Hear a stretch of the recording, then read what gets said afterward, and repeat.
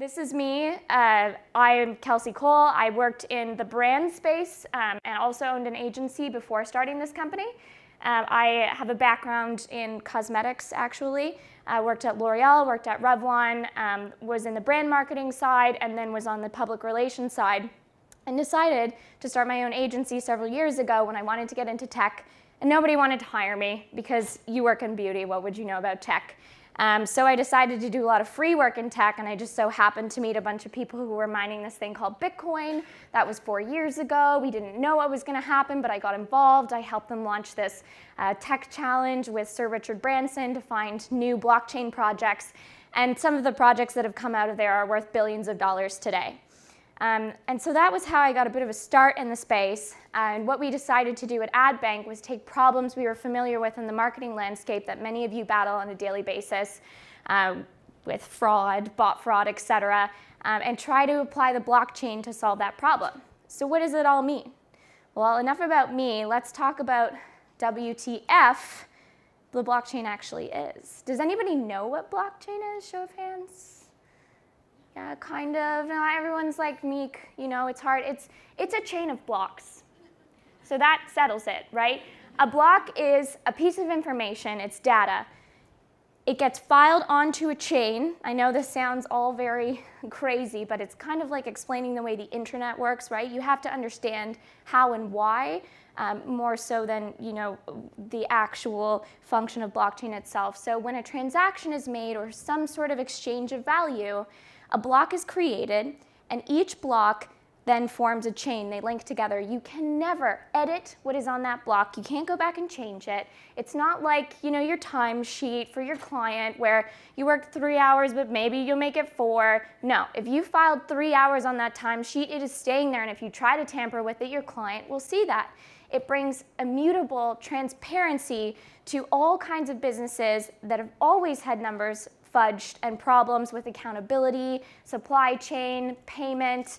We're going to go into that a little bit more, but a blockchain is exactly where all of that information is stored, and it's going to help you be able to track and understand all of the things in your business that have any sort of value exchange. And that could be time, money, resources. It can be applied to anything and everything.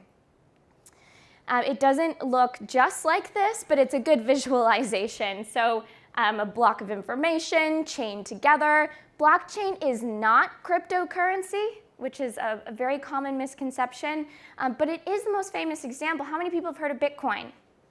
Yeah? Yeah, when my taxi driver and my grandma started talking about it last Christmas, I was like, woo, we got a crash coming.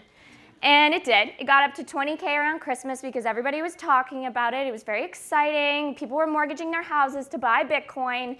And all of a sudden, you know, the smart money that was in first saw all the dumb money come in and market crash, which is pretty classic if you look at our economics charts over the decades. There's a big sale right now, just so everyone knows. Bitcoin is on sale. It is 85% off, so is my whole portfolio. Bitcoin was invented by a guy named Satoshi Nakamoto. A guy, actually, we don't know if it was a guy. It could have been a girl. Some of us have theories. It could have been a group of people. It's an individual or a group of individuals who decided to write the code that then became Bitcoin. And we just had our 10-year anniversary, or Bitcoin's birthday, actually, on October 31st. So in 2008, this guy or girl or whoever, unicorn, named Satoshi Nakamoto, wrote a white paper and released it on the basis that money and financial systems were broken. Now, if anyone remembers 2008, I don't know where you were. If you were like me, you probably had your like douchebag blinder glasses on and you weren't really paying attention to what was happening in the economy, but then all of a sudden, boom, and the whole market tanked. Everything we knew was flipped upside down. Well, that created a thought process in a lot of people who said there has to be a better way. Money is essentially printed right now. We can go to any sort of mint and print money. There's nothing behind it except, you know, in God we trust, but the concept behind Bitcoin is in code we trust. It's mathematical. Bitcoin is finite. It can never be recreated or copied at all. It's individual code, which I know it's a lot to get your head around, and I recommend you guys take some deep diving into YouTube to understand a little bit more about Bitcoin, but there are only 21 million Bitcoin that can ever be mined in the entirety of the world, ever.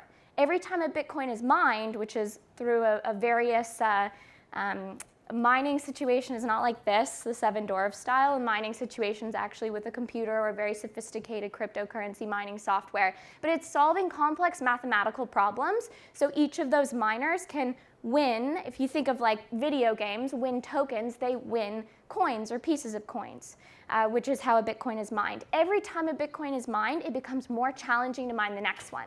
With only 21 million of these in the world, and if it gets more challenging and it takes more power to mine them, etc., it's a finite supply and the demand continues to increase. So if we look at something like gold, which is actually, backed by something, and the dollar used to be backed by gold, it's a finite resource, which is what makes it so valuable. That's why Bitcoin has value. Bitcoin is based on, and blockchain is based on a theory of decentralization. Again, I'm throwing out all of these buzzwords for you guys, and if you have questions about them, I suggest you write them down and do some YouTubing. It's going to take you a couple hours to really dig into all of this stuff because it's a lot to take. But decentralization in its easiest form, right now we've got banks that are centralized. So on the left there, you can see everything has to come from that one central point. There's one decision maker, which is great for us if something happens and there's a hack, we just call the bank has our back. But the bank also, I guess I won't say too many bad things about banks because I'm standing in front of Bank of America's sign right now, I just realized, but banks have a lot of power over us. They have a lot of power over us, and decentralization helps us take back the power and spread it out. So in a Bitcoin and blockchain situation, blockchains actually have a lot of different people that are participating in this network, and they can all be thought of as nodes. So you see all these little nodes, instead of one centralized point here, and stations that all link back to that point, the mothership, if you will, we've got all kinds of different nodes that are all communicating with each other, and they have to reach consensus to say that anything happened on the blockchain. So for instance, if I do a little dance up here, and I dance, how many people just saw me dance? Anybody? Maybe I need to dance harder? One person? That's it? Okay, we're not going to reach consensus. Okay, at least 51% of you have to say that I'm dancing right now, or it's not going to go on the blockchain. Okay, well, for the rest of you that didn't, fine, whatever. You can be the 49%, but I just passed because I reached consensus with most of you. Same as if you were voting on something and you have to get at least half the people to say yes. That's what makes it true. So if you just saw me dance, there's a lot of people in here that, they didn't want to raise their hand and they can argue and say they didn't see me dance, but 51% of the people here said that they did. Instead of just one person, if there was one person in the room that saw me dance, they could tell you they saw me dance or they could say I didn't, and then it's his or her word against mine. But blockchain allows us to distribute that kind of responsibility. This is kind of a little example of how a transaction works with Bitcoin. Again, a lot to wrap your head around, so I'm going to talk about it in an advertising sense, and then we can all really get excited about blockchain, because if you want to learn about blockchain, you have to start with what you love and then apply the blockchain to it. So I assume we all love advertising, which is such a controversial thing to say, I'm sure, but that's why we're all here. And in order to really apply the solution, we first need to understand the problems. So what is going on in advertising, you guys? Well, I have a message for you. You're all getting screwed. Totally screwed, every single one of you. Whether you're representing a client at an agency level or you are the client, if you are spending money in online advertising, you are getting screwed. Why? Well, over the next 10 years, the cost will continue to increase, but it's $50 billion a year that's being wasted on digital ad fraud. $51 million a day, and 5 to 7 million of that is coming from one bot out of Russia called MethBot, and I'm pretty sure if I keep saying that, they're going to take a hit out on me. But the only thing more profitable than fraud in advertising is drugs. And again, for a show of hands, who would rather smuggle drugs across global borders or sit in the comfort of their home on their computer faking ad fraud? I don't know. Anybody? Drugs? Would anyone take the drugs? Maybe you're adventurous kind. It would make a great story. But ad fraud is the only thing that's second to drugs. So we got a whole lot of gangsters, and they got their little robots, and they are eating away at your profits and making it for themselves. 56% of all website traffic are robots. 56%, which is insane. And that's not even counting the ad tech tax that's being taken. And it could be taken from a number of different tech companies, whether they're plugins, extensions, ad networks. There are so many people in our advertising pipeline now, it's become almost unrecognizable. Back in the good old days, before the digitized world, we could buy an ad in a magazine or what have you and just transact with that one body. Maybe there was an agency in between, but there weren't as many people now. We've got ad blockers and fraud detectors and all of these people that are coming in the middle to take a little piece of your pie. This was a revelation by our Lord and Savior, Mark Pritchard. I don't know if anybody works with P&G stuff, but let me tell you, this guy has created a revolution. You'll probably remember 2 years ago this January, he came out and said, I'm pulling my entire online spend from all the big guys because I want to figure out where my money's going. And that launched a bit of an investigation into, the walled gardens, and we've been having a lot of conversations about those again. And I just realized, again, another sponsor, several sponsors at this event that I'll be nice about. But the truth is, guys, they're living, it's like they're in Buckingham Palace and we can't see what's going on. We don't know if the Queen is like getting up to some randy stuff because she's in her walled gardens. We have no right to see inside. That's the case with these companies, but with blockchain, it forces more transparency and it allows you to peek through those walled gardens. If you don't know what a walled garden is, this is a good description, and I apologize to any of the sponsors if I'm offending anybody, but there's a lot of money to be made inside the walled garden. So the reality of where blockchain actually is, well, we've got a lot of challenges we need to overcome before this whole idea of blockchain and transparency is actually going to rock our worlds. And the first one is scalability. I don't know if you heard about my friends, the CryptoKitties. Have you heard of the CryptoKitties?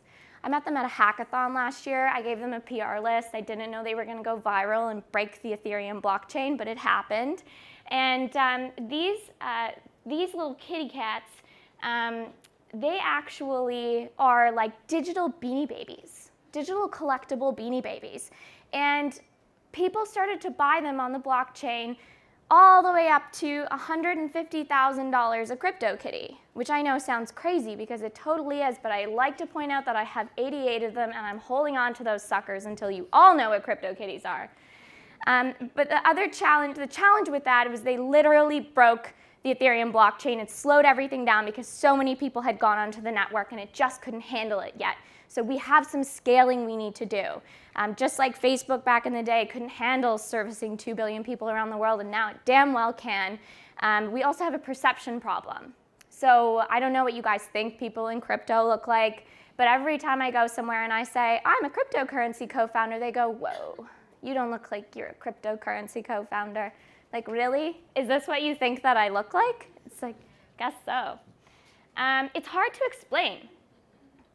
Every time I talk about the blockchain and Bitcoin, I kind of feel like this guy. I mean, in an organized setting, it's a little easier, but when people ask me what I do at a cocktail party, let me tell you, we are hitting the bar first. Visibility, it's something that should be invisible, should feel invisible. And if you are using your computer, do you have to understand all the ins and outs of how it works? Did anybody even know this is what your computer looked like inside? Maybe you saw this image somewhere else, and so you're like, yeah, I already knew. But I've never pulled my computer out to investigate how it works. I just know that it works and it does what it needs. Until we get there with blockchain, it's going to be still very buzzy and hypey until it really is invisible and doesn't matter anymore. And time, it's going to take a lot of time to build out this technology. It doesn't just happen overnight. We need a lot of skilled developers, and not just regular developers. They have to understand how to code blockchain and speak the languages, like the language of Solidity, which is coding to help create Ethereum blockchains. There's a lot of work that needs to be done, and that takes time and money, of course. And then there's theory, versus reality. We all love the marketunist. After big data solves all of our problems, we'll ride away on magic unicorns. And we're going to do the same with the blockchain, right? There's a lot of theory, but not a lot of people who've given practical examples. So let's talk about some of the practical examples that actually exist today. So in real life, we've got some cool stuff going on. I don't know if you guys heard about the lettuce. The blockchain lettuce? Anybody? Yes? Great, we don't have to call Bueller. From farm to blockchain, Walmart tracks its lettuce. So if you didn't hear about this, crawl out of the rock you're living under. Walmart and IBM put lettuce on the blockchain literally because lettuce is one of the most challenging foods in terms of food supply. If somebody gets sick from a batch of lettuce, they have to throw out all of the lettuces. They have to throw the baby out with the bathwater. But if you could track with blockchain exactly where that lettuce came from, which farm, which batch, when it was picked, etc., then you can trace it back instead of having to throw out millions and millions of dollars of food. Well, they say if you want to figure out the crime, then you got to follow the money. And that's exactly what blockchain can do. So right now, people like to think, oh, criminals, they love the blockchain because it's cryptocurrency and everything's encrypted. Well, guess what? All of those encrypted transactions are on the internet in pure plain sight. Of course, they're code, but all you have to do is trace the wallet where that nefarious activity is happening, and then you can quickly trace it back to that person. It records absolutely everything. Unless you're dealing with a privacy coin, which there are a few of those, you can see everything that's happened on the blockchain.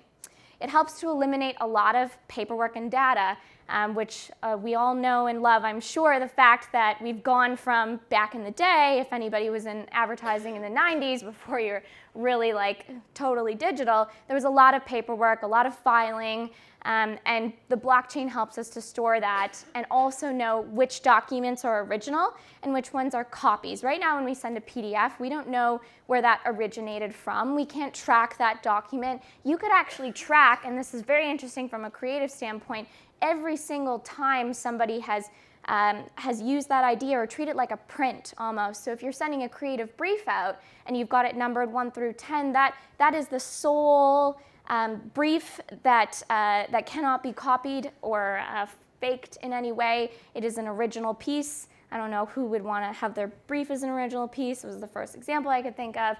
But what's more important is when you bring all of this data online in an organized environment, it's much easier for artificial intelligence to skim through. AI is not Terminator level yet.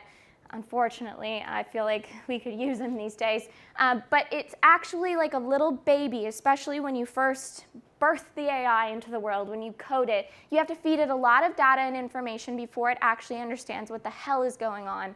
And having it stored in blockchain in a distributed ledger that's totally digital with verified true data, it makes it so much easier to reduce the signal-to-noise ratio and for that robot to get to work. It can help detect patterns of fraud, it can help detect weird activity, and then you can, of course, send it forward for human verification, but when it's working off of a blockchain, it can get to where it needs to be a lot faster. So what does the future hold, especially in terms of advertising? Let's talk about that. So fraud prevention is something that's huge. Obviously, nobody wants to be losing their money to these Russian gangsters and mobsters that are making $5 to $7 million a day, MathBot. They want to make sure that their clients are actually getting what they pay for, right?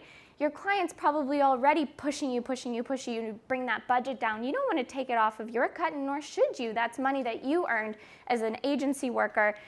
What we need to do is prevent fraud, because guess what? When good advertising works, what does the client do, guys? Do they spend less money? No, they spend more money. So if we can help them save money and it's working better because their ads aren't being seen by robots, they're actually getting conversions and they're actually making sales or brand awareness or whatever your metric is, then the client's going to be very, very happy.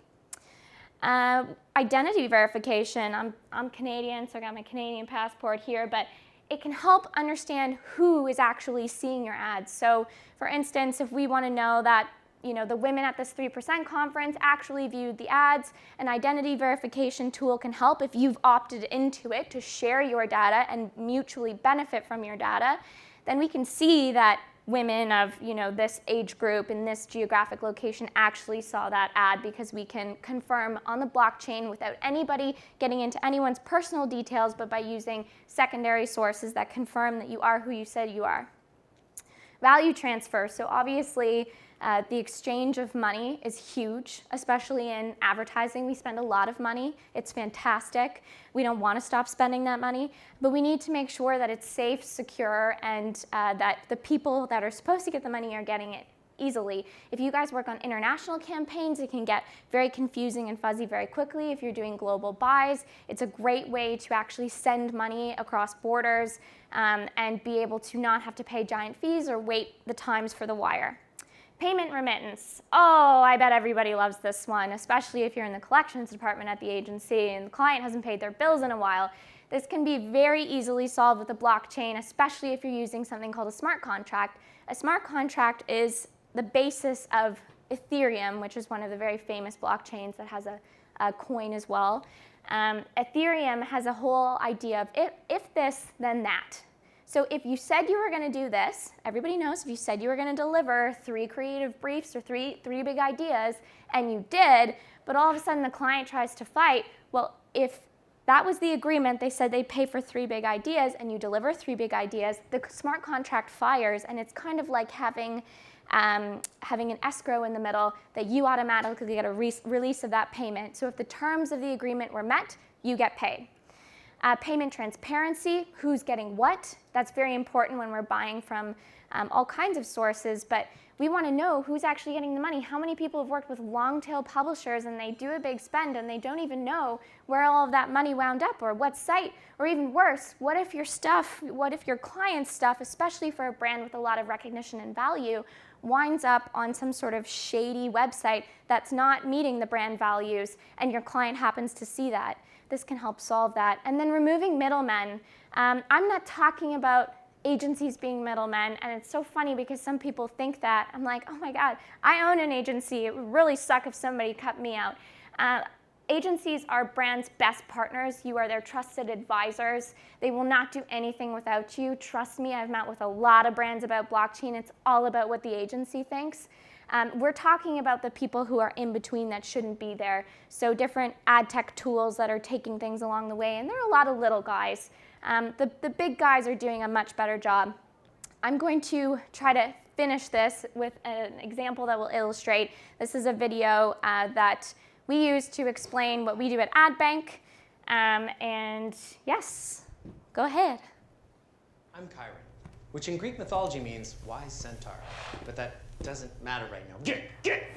What does matter is I'm CTO of Adbank. What's Adbank? Let me show you. Right now, if you're a digital advertiser, you give your money to a middleman. He takes a huge chunk of it and gives the rest to a publisher. Adbank is the new platform that gets rid of this guy. Come on, guys, take it. It's yours. Grab it. Don't be shy. How do we do it? A peer-to-peer advertising platform built on the blockchain. Don't know what the blockchain is? Ask your nerdiest friend. The blockchain is a decentralized Not ledger now. distributed Go among. hang out with Horseman. So how does this work without the middleman?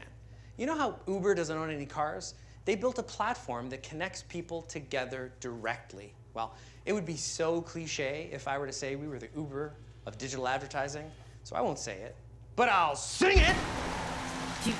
We're the Uber of digital advertising. I hate it when people say that. Camera 2. Camera 2. So why does that matter? Well, we're 100% transparent, open source, and fully auditable. Hey, Adbank, do we say how much we charge? Yep, it's on the blockchain. What about you, middleman? I won't tell you.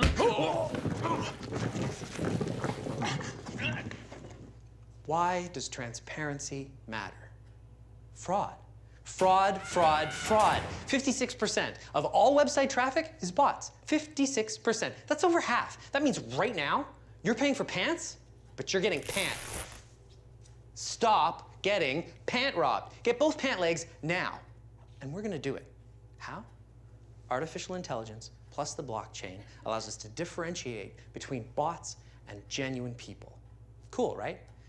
That means with Adbank, you can stop paying to show your ads to these guys and start showing them to these guys. Hi, do you accept lots of cash? Plus, we're Canadian, so we're stopping fraudsters without ever raising our voice. Yeah, I caught you. Sorry. So, if you like having more cash and you don't like being defrauded, and you want to know exactly where your money is going, then voila, Adbank. And you can trust me, because my name means wise centaur. Okay, now that matters.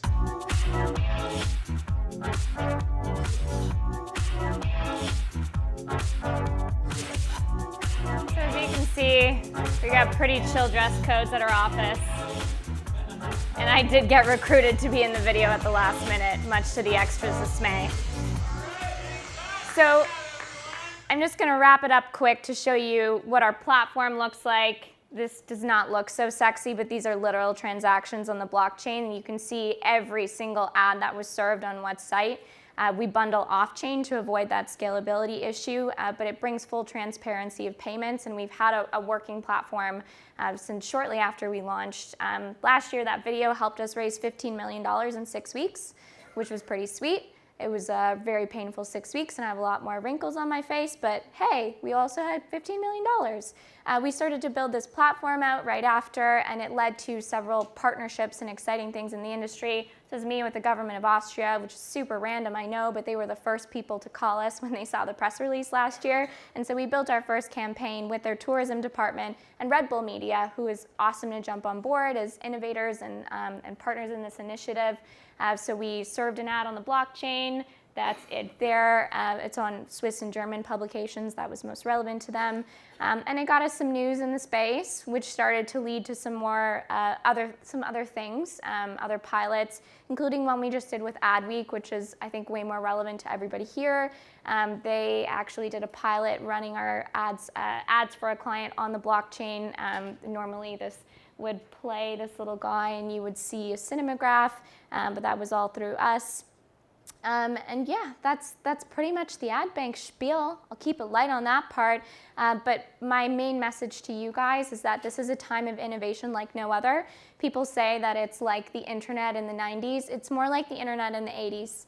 And if you could have been in on that revolution in one of those garages or working with those early innovators, I'm sure all of us would say that we would absolutely have done it looking back in hindsight. So do not miss this opportunity. Or you're gonna wind up like these guys. Thanks, everybody.